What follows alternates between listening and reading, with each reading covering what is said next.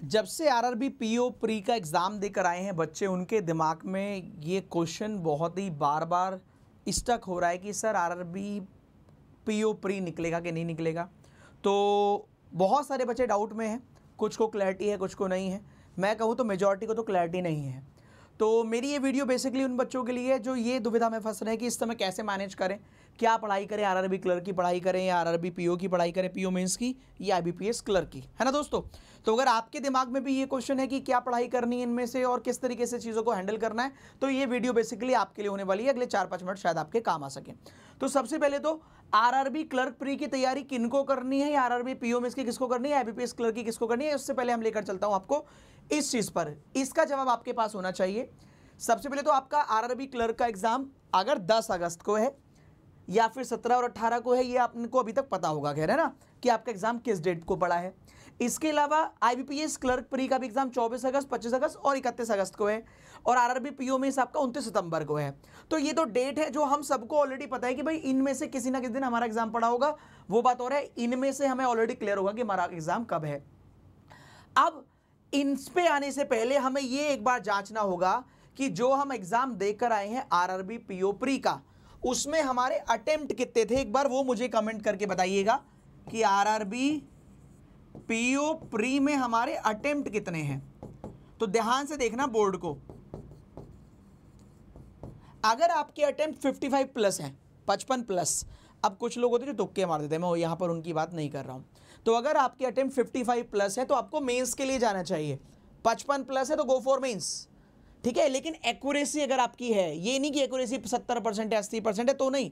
मैं बात करूं जिनको लगता है सर एक्यूरेसी हमारी अच्छी खासी है, अगर 55 प्लस है किसी भी शिफ्ट में, तो आपको यहां जाना चाहिए मेंस के लिए, है ना। और कितना मेंस के लिए आना चाहिए, अब ऐसा मत करना कि पता लगा आप ओवर कॉन्फिडेंस में आ जाओ और आप मेंस ही मेंस पढ़ने लगो और प्री आप छोड़ दो। तो ये भी ध्यान रखना 70% मेंस पढ़ना है और 30% प्री। किनको, जिनके 55% है। क्यों? क्योंकि भाई मेरे, आप इसको थोड़ी ना छोड़ सकते हो, ये भी तो अपॉर्चुनिटी है। क्या पता आपका रिजल्ट आपके फेवर में आए या क्या पता ना भी आए। तो आपको प्री भी इग्नोर नहीं करना। अच्छी बात है आपका प्री निकल जाए, उसके बाद मेंस भी तो निकालना है। तो आपको आरआरबी क्लर्क भी पढ़ना है, इग्नोर नहीं मारना है। और जब आपका आरआरबी क्लर्क हो जाएगा तो आपको 30% आपका आईबीपीएस क्लर्क को देना है। अब एक चीज का और ध्यान रखना इसमें, अगर आपका एग्जाम 10 तारीख को पड़ा है तो एग्जाम से 2 दिन पहले बिल्कुल मेंस को हाथ नहीं लगाना, ठीक है भाई। अगर 17 को पड़ा है तो 15-16 को मेंस हाथ नहीं लगाना है, 18 को पड़ा है तो 16-17 को मेंस हाथ नहीं लगाना है, और जब आईबीपीएस क्लर्क होगा तो उससे 2 दिन पहले तक मेंस को हाथ नहीं लगाना। मतलब ये 30% को 100% प्री कर लेना उस समय, ठीक है। ये उन बच्चों के लिए है जिनका अटेम्प्ट 55 या उससे ज़्यादा है।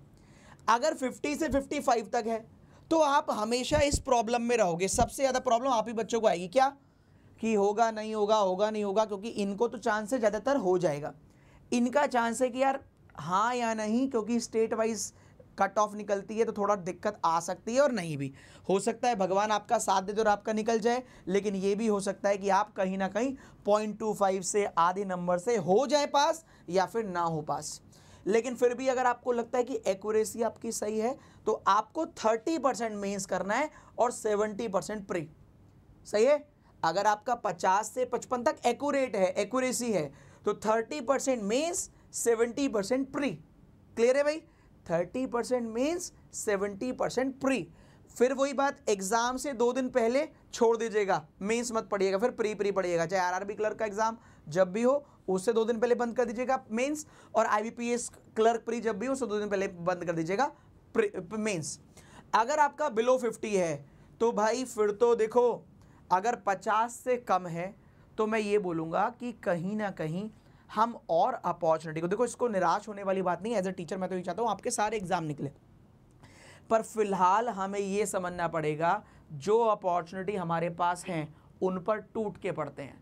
आप केवल प्री पर फोकस करो, पूरा का पूरा, आप पूरा का पूरा प्री पर फोकस करो। आप केवल आईबीपीएस आरआरबी क्लर्क पर फोकस करो, और जब आपका आरआरबी क्लर्क हो जाए तो आप आईबीपीएस क्लर्क पे फोकस करो। और देखो दोस्तों, आरआरबी पीओ मेंस भी 29 सितंबर को है। अगर आप 25 अगस्त को एग्जाम देकर भी आए तो भी 1 महीने और 4 दिन आपके पास होंगे।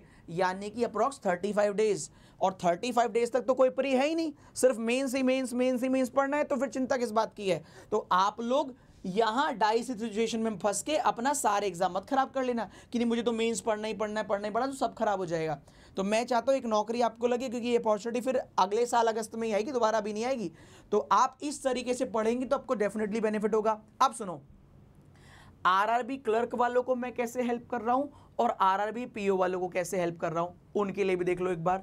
आरआरबी क्लर्क वाले बच्चों को लिए जिस तरीके से मैंने आरआरबी पीओ की मैराथन करी थी ना, पीओ प्री की 250 क्वेश्चन की, है ना, और फिर ये 3 घंटे वाली, ऐसा ही मैं आईबीपीएस आरआरबी क्लर्क के लिए लेकर आ रहा हूं।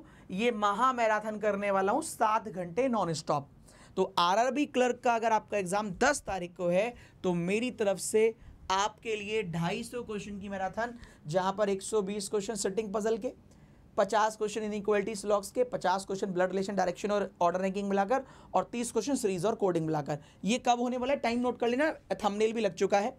5 बजे से कब, 8 अगस्त को 5 बजे से लेकर रात के 12 बजे तक या फिर रात के 1 बजे तक। तो बढ़िया से मेहनत करेंगे, जान लगा देंगे, लेकिन जाने नहीं देंगे। जिस तरीके से आपने फ़ायदा उठाया था, जो भी बच्चे मुझे फॉलो करते वो जानते होंगे, मैं अपने बच्चों को बीच में बिल्कुल नहीं छोड़ता हूँ।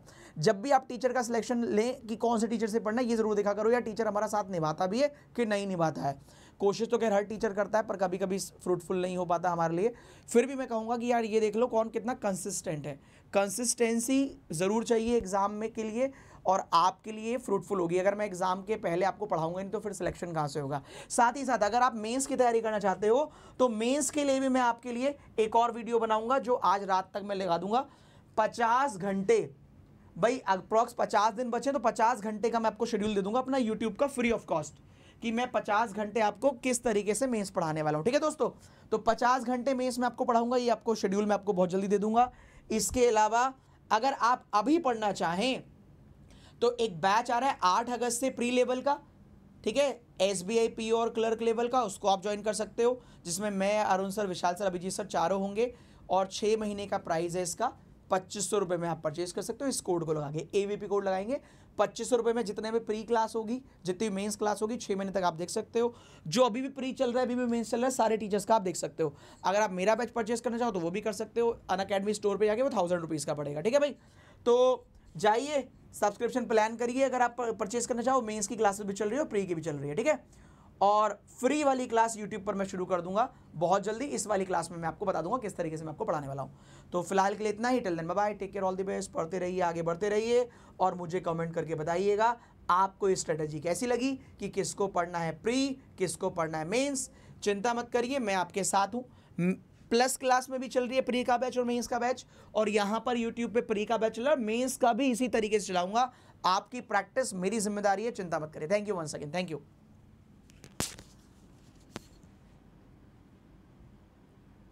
और कमेंट करके जरूर बताना ये स्ट्रेटेजी कैसी लगी।